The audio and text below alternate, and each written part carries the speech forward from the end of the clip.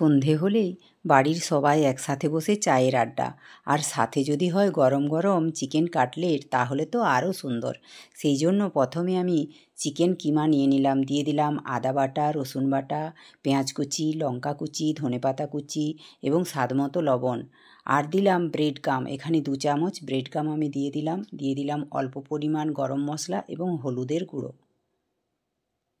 তারপর ভালোভাবে একটা ডো করে নিয়ে কিছুটা পরিমাণ হাতে নিয়ে এইভাবে শেপ দিয়ে নিয়ে নিয়েছিলাম। আপনারা পছন্দ মতো শেপ দিতে পারেন। প্রথমে এটাকে ডিমের কোট করে তারপর আবার ব্রেড গামে কোট করে নিতে হবে। এইভাবে সবগুলো আমি প্রথমে বানিয়ে নিলাম। উল্টে পাল্টে ভালোভাবে ডিমের কোট আর ব্রেড গামের কোট করে নিয়েছি। তারপর তেলে ভেজে নেব। তেলটা এখানে মিডিয়াম আঁচে রাখতে হবে, নয়তো ভেতর অবধি ভাজা হবে না। ভালোভাবে লাল লাল করে ভেজে নিলে উল্টে পাল্টে তাহলেই তৈরি হয়ে যাবে গরম গরম কাটলেট। সন্ধেবেলার স্ন্যাক্স হিসাবে এটা দারুণ জমে যাবে। দেখুন তৈরি হয়ে গেছে। টাটা।